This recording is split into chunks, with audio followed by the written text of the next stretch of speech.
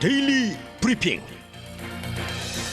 네, 월요일 아침 데일리 브리핑에서는 매주 저희 워싱턴 한면택 특파원을 연결해서 워싱턴 정치권 내에서 이번 한 주 동안 다뤄질 이슈와 현안들을 종합해보는 시간을 갖고 있습니다. 저로의 한 특파원 연결되어 있습니다. 안녕하십니까? 네, 안녕하십니까. 워싱턴입니다. 네, 오늘 아침에 전해주셨습니다마는 이 30년 만의 물가 급등이 장바구니 물가에서는 아주 재앙적인 수준이기 때문에 미국 경제와 정치를 위협하고 있는 것 같은데 지금 상황이 어떻습니까?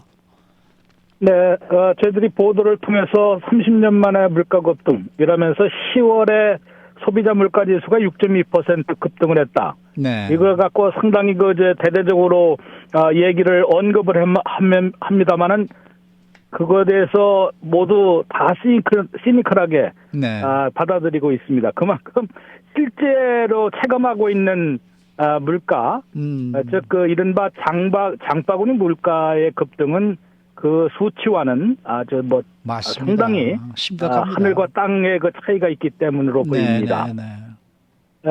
미국식으로는 everyday price, everyday 가격이라고 하는데 이제 그게 바로 우리 한국식으로 얘기하면 장바구니 물가 아니겠습니까? 그렇죠. 우선 매일 그 식탁에 올려야 할 식료품, 식품을 사는데 들이는 돈, 이 가격도 고기나 생선, 달걀, 우유 이런 것을 매일 사야 하는데 이 값이 1년 전에 비해서 12%나 폭등을 했다고 합니다. 네. 이거는 또 품목별로 좀 상당히 또 다를 것으로 보이고요. 그런데 제일 지금 물가 급등의 주범은 역시 휘발유 값을 비롯한 에너지 가격의 급등으로 꼽히고 있습니다. 에너지 값의 휘발유 값은 캘리포니아 주민들이 가장 고유가의 고통을 받고 있을 텐데요. 그럼요. 네. 지금 미국 전국 평균이 휘발유 값이 3달러 41센트인데 이것만 해도 1년 전 지난해에 아무래도 이제 그 팬데믹 때문에 수요가 떨어져서 2달러 12센트였었는데요. 이거보다 1달러 29센트, 이게 60% 가까이 급등하여 있는 상황입니다. 그런데 잘 아시는 대로 캘리포니아는 지금 전국에서 유일하게 4달러를 넘고 5달러에 육박하고 있거든요. 맞아요. 네. 보통 무연 휘발유도 캘리포니아 평균이 트리플레이가 집계한 거 보면 이제 4달러 68센트이다 보니까 맞습니다. 5달러도 임박한 것으로 보입니다. 물론 5달러를 넘긴 주유소들, 가스펌프들도 벌써 상당수에 달할 것 같은데요. 두 번째로 높은 것이 그 네바다가 3.97이니까 여기도 또 이제 바로 이웃주인 그 네바다도 4달러대에 진입하고 있는 것으로 보입니다. 이렇게 그 에너지 가격이 이쪽은 또 동절기인데 동부 지역은 난방유 같은 거, 천연가스나 이런 히팅 오일 같은 거도 지금 60% 오르고 그랬거든요. 네. 이러다 보니까 그야말로 에너지 대란, 에너지 가격의 급등으로 미국민들의 장바구니 물가, 에너지 가격이 차량하고 이 식료품 가보고 틀린 거 아니냐라고 볼 수 있지만은 요새는 미국에서 시장 보려면 다 타고 가야 되기 때문에 네. 그렇죠. 대부분 이게 같이 변동이 심한 그런 물가로 분류가 되고 있습니다. 이러다 보니까 단순히 10월에 소비자 물가가 연율로 6.2% 폭등했다.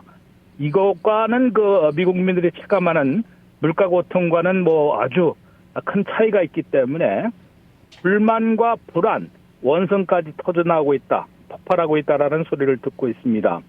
이러다 보니까 여러 가지 다른 지수와 비교해 볼 때도 얼마나 물가 고통, 인플레이션 고통에 시달리고 있는지는 지난 한 해 미국민들의 임금이 연율로 한 4.9% 올랐다고 합니다. 그럼 임금이 좀 소득이 늘어나기 때문에 괜찮을 것 같은데 물가가 6.2% 올랐다는 얘기는 실질 소득은 마이너스 1.3%거든요. 네. 오히려 실제로는 이제 소득이 줄어들었다는 얘기가 되니까 얼마나 지금 심각한 상황인지를 단적으로 보여주고 있습니다. 미국민들이 앞으로 그러면 씀씀이를 어떻게 할 것인지, 또 미국 경제에 대해서 어떻게 생각하고 있는지를 보여주는 게 하나 주요 지수가 있는데요. 미시간 대학의 그 소비자 체감 지수입니다. 지난 네, 주말에 네. 나온 것을 보면 핵을 기준에서 그 아래로 내려갈수록 나쁜 것인데 66.8에 그쳤고요. 요것은 10년 만에 최저치라고 합니다. 그러니까 미국민들이 지금 얼마나 지금 인플레 고통에 시달리고 있고 미국 경제 앞일을 상당히 걱정하고 있음을 단적으로 보여주는 것인데요. 그만큼 미국민들의 4명 중에 1명은 벌써 인플레이션, 물가의 고공행진 때문에 삶이 더 팍팍해졌다, 어려워졌다고 답을 하고 있다고 합니다. 이게 한 가지 나쁜 것은 미국 경제에 연말 대목에 돈을 씀씀이를 줄일 수밖에 없는 그런 상황으로 좀 내몰릴 수 있고요. 미국민 소비 지출이 줄어들면 업계 대목 경기도 날아가고 줄어들거나 좀 얼어붙고 또 미국 경제 전체 성장도 발목을 잡히는 그런 악순환으로 이어지지는 않을까 걱정이 되고 있는 상황입니다. 네, 특파원께서 계시는 그 지역은 가솔린 가격이 얼마 정도 하나요? 여기는 뭐 전국 평균과 비슷합니다. 버지니아 같은 경우는 워싱턴 DC는 조금 높고요. 그렇지만 여기는 이제 3불 50 안팎으로 있는데 여기서 동네마다 좀 다르기 때문에 헌팅을 좀 해야 됩니다. 그래서 한푼에도 싼 데로 가기 위해서 적어도 그래도 한 3달러 보통 부연 휘발유의 경우에도 갤런당 3달러 15센트에서 20센트면은 상당히 싼 거고요. 네. 보통 그 한인타운 같은데 한인들이 많이 사는 동네는 3달러 50 이 정도 가는 것으로 지금 파악이 되고 있습니다. 네. LA보다는 한 1달러 정도가 더 싸네요. 다행히. 로스앤젤레스를 비롯한 캘리포니아는 이거 뭐 좀 손을 대지 아무리 뭐 그 청정 휘발유 때문에 그런다고 해도 이게 상당 부분은 이제 그런 그 세금이나 비용을 거기다 얹혔기 때문에 국민들의 유가가 너무 높은 거 아니겠습니까? 네.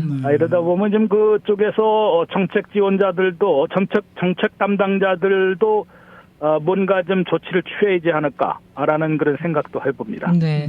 자, 바이든 민주당이 이 물가 잡기를 위한 그 단기 비상 처방보다는 장기 과제에 너무 초점을 맞추고 있다, 이런 지적을 지금 많이 받고 있는데요. 이 부분에 대해서 또 네. 설명해 주시겠어요?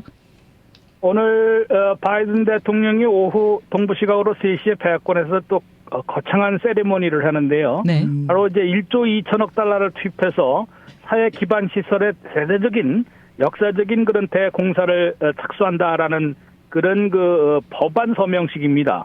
법안을 이제 서명해야 발효가 되는 것이고, 그렇게 되면 앞으로 10년 동안 1조 2천억 달러를 투입해서 전국의 도로 17만 마일, 뭐 교량 한 4만 개, 이런 정도의 그 대대적인 공사에 착수한다라는 것을 알리는 그런 그 세레모니입니다만은 지금 거의 그 주목을 못 받고 있습니다. 이것은 말 그대로 10년 동안의 공사를 이제 벌이게 되면은 물론 국민의 삶에 큰 영향을 미칠 수 있지만 하루 아침에 되는 건 아니지 않습니까? 그렇죠. 네. 그 다음에 또 이제 지구촌에서 그 클라이메이트, 기후 변화에 대한 모종의 그 글래스고, 스코틀랜드 글래스고에서의 그 합의 나왔는데 그것도 완전한 합의는 아니거든요. 네. 뭐 이런 것을 주도하기 시작했다라고 백악관에서는 강조를 하고 있고, 또 이제 진보 언론에서 뉴욕타임스를 비롯한 진보 언론에서는 그것을 이제 그래도 대대적으로 보도는 해주고 있는데요. 미국민들의 상황과는 점점 멀어지고 있는 거 아니냐. 그러니까 아주 그 시샘말로 뉴욕타임스에서도 표현을 보면요, 클라이메이트 체인지에 지금 주력하고 거기에 신경 쓸 때가 아니라 프라이스 체인지에 신경 쓸 때 아니냐. 가격은 매일 이렇게 널뛰고 변화되는데 네. 거기에 이제 신경은 안 쓰고 왜 이제 클라이메이트에 신경을 너무 쓰는 거 아니냐. 그러니까 단기 처방이 지금은 급한데 한시가 급한 단기 처방은 내버려두고 왜 자꾸 장기 부양책이나 또는 장기 대책, 이게 기후변화 대처가 상당히 지구촌의 그 기후변화 때문에 천재지변이 나오면은 모든 그런 경제적으로 엄청난 타격을 입기 때문에 또 지구촌을 살리기 위해서라도 반드시 필요하다는 것이 이제 대체적인 관측입니다만은 미국을 비롯해서 이게 엄청난 돈이 들어가고 미국만 또 돈 쏟아부었다가 하면은 경쟁력이 약화되거든요. 네. 이 기업들이 또 살아남을 수 있겠습니까? 이러다 보니까 이제 상당히 논란거리인데 그쪽이 이제 민주당의 그 주요 정책이 하나니까 이 기후변화 대처를 위한 에너지 전환 정책에 또 신경을 쓰고 있는 것인데 이러다 보니까 상당히 미국민들의 이 실생활과는 좀 거리가 너무 멀어서 좀 지탄을 받고 있는 것으로 지적이 되고 있습니다. 네. 근데 이 바이든 대통령이 지금 물가를 잡은 묘안이 있긴 있는 겁니까? 지금 일단 유가부터 좀 잡아야 되는 거 아니겠습니까? 글쎄 말이에요. 다른 것보다도 이제 유가를 끌어내려야만 이게 다른 것이, 왜냐면은 뭐 휘발유 값을 비롯해서 이 에너지 가격을 낮추지 않으면 거기에 파생으로 비용이 발생하는 게 많지 않습니까? 배달 비용도 높아질 것이고요. 뭐 배송 비용도 높아지고, 맞아요. 그다음에 뭐 상품과 서비스 가격까지 모조리 올라가게 되기 때문에 이 유가부터 잡아야 되는데 유가 잡기에 이제 두 가지가 언급이 되고 있습니다. 우선은 유가를 잡으려면은 전략 비축률을 조속히 방출해야 하라. 그것이 척슈머 상원 대표를 비롯한 민주당 진영, 민주당 의원들이 지금 아우성치고 있습니다. 그 다음에 또 한 가지는 미국이 이제 원유 석유 수출국이 돼버렸거든요. 네. 그러다 보니까 석유 수출을 하고 있는데 이것을 일시적으로 좀 중지를 시키고 국내 공급을 늘리면은 유가를 잡을 수 있지 않겠느냐. 이런 그 두 가지 보관이 나오는데 선뜻 얘기를 못하고 있습니다. 바이든 대통령이 이 전략 비축률을 방출하거나 또 해외 수출을 좀 일시 중지하는 이 방안을 처방을 쓰겠다는 말을 공개적으로 약속을 못하고 있는데, 물론 전격적으로 단행하려는 그런 의지도 있는 것 같습니다만은, 왜냐하면은 이게 미국의 역사상 보면은 전략 비축률 방출이 한 3번을 그 단행을 했는데요. 네. 모조리 지금 역효과를 봤습니다. 부작용을 겪었기 때문에 이 해법이 안 될 수 있고 오히려 또 부담만 커지니까 한꺼번에 이렇게 이제 할 수가 없는데요. 전략 비축률이라는 것이 이제 비상을 대비해서 한 6억 배럴의 그 석유를 비축해 놓는 곳이거든요. 저 걸프만 텍사스하고 뭐 루지애나 그런데 이제 크게 이제 비축을 해놓고 있는 것입니다. 이 중에서 한 3천만 배럴을 풀 수가 있는데, 예전에 코소보 사태라든가 또 카트리나 그 허리케인 왔을 때 네. 이런 것에서 전쟁 때 2번, 또 천재지변 시 1번, 이게 3번을 근년 들어서 푼 적이 있는데요. 당장 풀겠다고 발표만 하면은 유가를 좀 떨어뜨린다고 합니다. 네. 그런데 전략 비축률을 방출했다가는 다시 채워놔야 되는 거 아니겠습니까? 그렇죠. 이거는 세상 삼척 정도가 다 아는 그런 그 원리이기 때문에 당연히 시장에서는 곧바로 유가가 다시 올라가는 것은 물론이고요. 그거보다 더 올라가는, 인상되는 그런 부작용을 겪었다고 합니다. 이러다 보니까 지금 전시도 아닌데 이렇게 그런 카드를 썼다가 오히려 부담만 가중될 것이기에 지금 바이든 대통령이 전략 비축률 방출하는 그런 이 결단은 아직 내리지 못하고 있는 것으로 보이고요.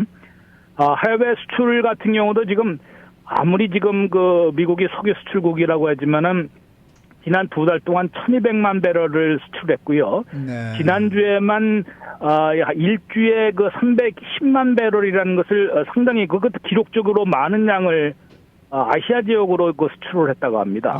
한국으로 갔는지 모르겠습니다만은 이런 것을 일시 중지했다고 하면은 이것은 뭐 또 수출 같은 건 다 계약을 통해서 하는 거 아니겠습니까? 그렇죠, 그렇죠. 그 마음대로 미국이 그럴 수도 없고, 또 다른 나라는 그럼 또 유가